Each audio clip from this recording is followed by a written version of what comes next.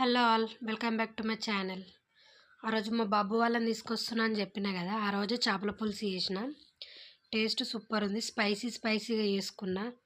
కొంతమంది వేసుకుంటారు కదా చింతపండుతోటి తీయ తీయగా కమ్మగా, కానీ నాకు మాత్రం స్పైసీగా నచ్చుతుంది. అట్లనే చేసుకున్నా. ఎప్పుడు చేపల పులుసు చేసినా అందులో ఉల్లిగడ్డ టమాటా ఇది ఇట్లా పొయ్యి మీద కాల్చే వేస్తా. కట్టెల పొయ్యి మీద కాలుస్తే మాత్రం టేస్ట్ డబల్ అవుతుంది. ఎవడైనా ఇట్లా చేస్తే మీరు కూడా ట్రై చేయండి. ఆ రోజు ఫాస్ట్గా వండేసిన, అప్పటికే టైం లేట్ అయింది, చాలా ఆకలి అవుతుంది.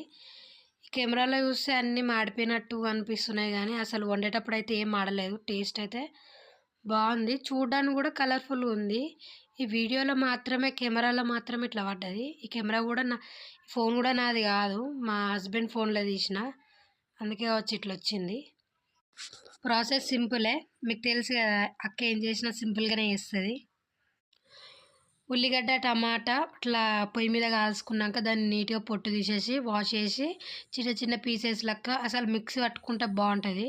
పీసెస్ లెక్క కూడా కట్ చేసుకోవచ్చు, మన ఇష్టము.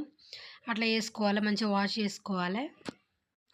ఇక నూనె పోసి అందులో జీలకర్ర, ఉల్లిగడ్డ, అల్లం ఎల్లిగడ్డ, పసుపు, ఉప్పు గిట్లా వేసుకొని కొంచెం అయినాక మళ్ళీ టమాటా కారం పొడి వేసుకోవాలి. అంతలోపు పక్క పంటి మనం మసాలా చేసుకోవాలి సైడ్కి.